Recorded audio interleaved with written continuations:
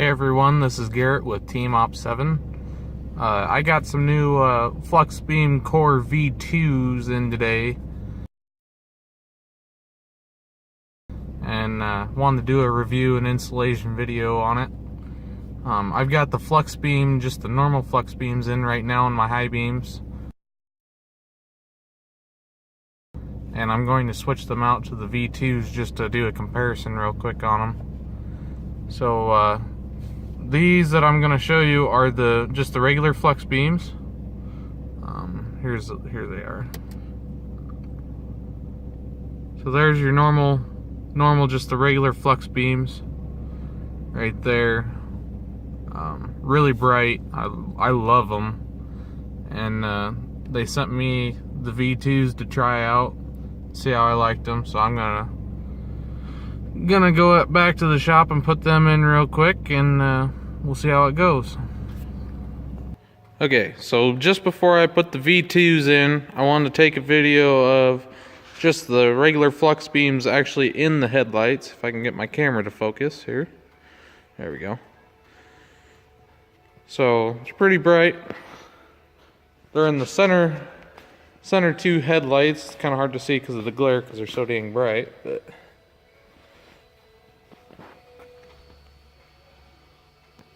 the video probably doesn't pick it up, but they do have fans, and the fans are running, but they're pretty quiet. You can't really hear them unless you really listen for them. But let me turn the lights off here, and we can look and see what it looks like here in the shop.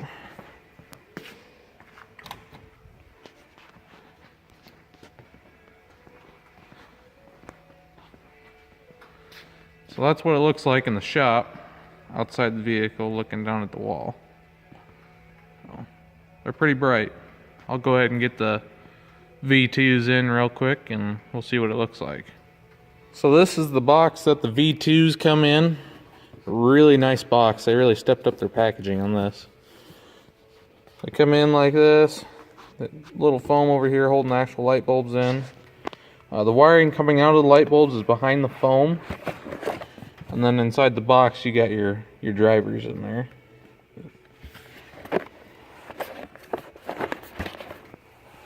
So I just took the V2 out of the box, and I just took the original Fluxbeam out of my headlight.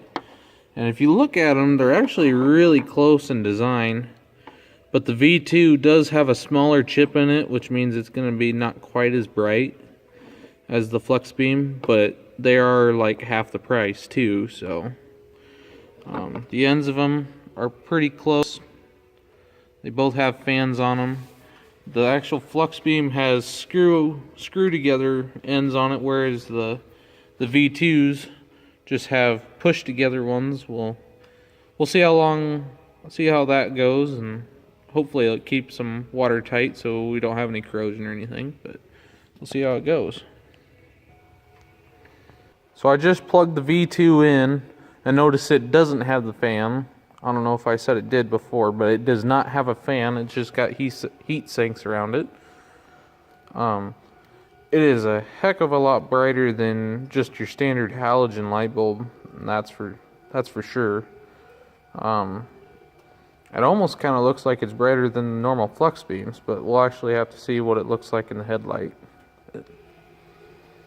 Okay, so I got the V2 put in my passenger side light just to do a comparison side by side. So right now I'm standing in front of the V2, so just the Fluxbeam is showing down the shop. So you can see it's pretty spread out and pretty bright down there. So I'm going to switch over and just let the V2 shine in. So the V2's out there now. The V2 seems like it's a lot more focused in on one area than what the normal Fluxbeam is. Because where the Fluxbeam, it lights up a whole area down there, the V2 is just mainly one little area. So I'm going to go ahead and turn around and look at the comparison side by side with the lights. The left side on your screen is the V2 versus the right side, which is the regular Fluxbeam. Now the camera kind of does a hard time showing it, but the V2 on the left side is a lot it's not as bright as what the regular Fluxbeam is, which is to be expected, I guess, because the V2 is significantly less expensive than what the Fluxbeam is. I'm going to go ahead and switch both of them out real quick to the V2, and then we'll look at it out on the road. Okay, I'm back out here on the road. I have the Fluxbeam V2s in, V2 cores in, and I'm going to turn them on and see what they look like compared to the other ones. And I'll edit my video here and try and do a side-by-side comparison when I turn them on. Here goes nothing. Okay, so I don't know if the camera did that or what, but looking at my phone when I turned them on, it looked like it was really blue and then kind of come back to white. And in reality, actually looking at the lights on the road, it didn't do that. It was just a straight white. I think my camera just kind of refocused when it did that. But looking at these lights, they look, I mean, they're pretty bright, but for high beams, I almost like the, I really do like the Fluxbeams a lot better, just because they put out more of a, more of a flood but spot pattern, I guess you could say. Whereas these are really focused right down in front of you, and I think these would work really good for like your low beam lights. But if I was to actually buy them, I think I would go with the Fluxbeams to put in for your high beams. But these, I mean, these look really good for like low beam lights. They're not as bright, which would be good for like in traffic and that kind of thing, so you're not blinding everybody with like the brightness of the Fluxbeams. But all in all, they look really good. And I did find out that one of mine, I had said a little bit ago that they didn't have fans in them, and I'm wrong on that, because my driver's one, the one that I put in second, does have a fan in it, and it does turn on, whereas my passenger one, for some reason, is not working. So I'm gonna have to contact Opt7 customer support and see if I can get a replacement for that. But all in all, they look really good.